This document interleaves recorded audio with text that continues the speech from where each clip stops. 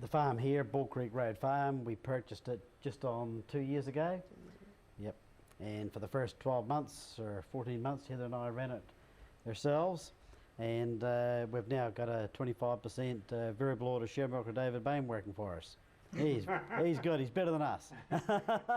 Well, a little bit about the performance. Yeah, I don't think we're doing anything special. We're just trying to do the best we can every day. That's really our ambition. Do the best we can every day. And in terms of production, you know, we've always liked to have good cows. We like to feed them well. Yeah, last season and this season, yeah, we're doing around about that 600 kgs of milk solids a cow. We were the highest protein herd in New Zealand last season, so there's not too many higher. What happens here varies year by year, depending on what's the best way to run. We did have a winter crop the first year. The second year, the cows were wintered on a runoff, and this is the third winter coming up. And we've got two good options at the moment, but we'll just see where the cows go. Will depend on where's the best place for them to go. We're very flexible. The cows are a very, very important part of the farm. I mean, some people say that it's 10% breeding and 90% feeding, but to me it's a combination of three things really. It's breeding, feeding and culling, and so although we do our best as far as genetics concerned, I think you never want to forget about the importance of culling, because that's the quickest way to increase the genetic merit of any herd. We've tried to fence most paddocks so that the cows can go in one gate and come back out another one, and that can halve the pugging around the gateways. But the fact that it's a smaller herd means that you don't get the mob hysteria that sometimes you can get with bigger herds. The cows here are pretty settled, and but we're thinking about the pugging thing all the time, and if it's wet, the biggest thing is just increase the area, speed up for a day or two. Yeah, we've got a two-pronged attack to effluent. We've got a slurry wagon, holds 7,000 litres, and that's towed behind the tractor job. We can actually do every paddock on the farm with that.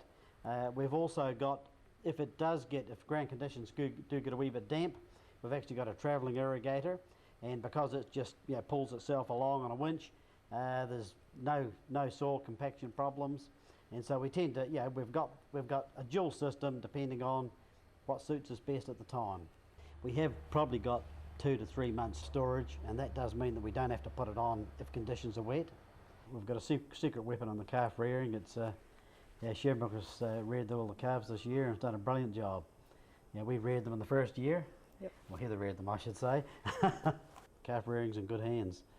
This farm, I would say, is a very pleasant lifestyle because of its size and because of the number of cows, the type of cow shed. It just works. The cows don't have to walk very far.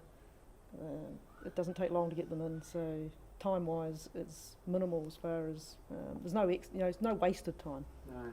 So you've got time to do other things. This farm's always worked exceedingly well. It's always been, it's a lot easier to run a small farm efficiently than a bigger farm.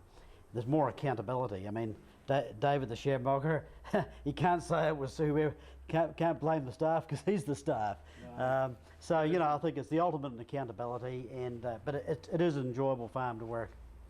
Well, we've got two other dairy farms. One of them milks about 420 cows, and Geoffrey, he milks about 250 cows where he is. Yeah, so the whole reason for me getting involved here was to use it as a stepping stone for me to get involved where I'm share milking. I've been share milking for 5 years now. I bought the herd of cows where I was 2 years into the share milking, and then moved into the property here. My background is I've done volunteer work for DOC, that sort of thing. I've very much been involved in the environmental side of things. That's where the feeling of farming comes from for me, is to be working with stock and their welfare in mind. The whole environment, the sustainability of it. So in that regard, I've got involved. We've done a lot of development where I am, and as soon as we've done there, we will move our operation to here and get the trees in. Anything that you can create to enhance the environment is really what we're after.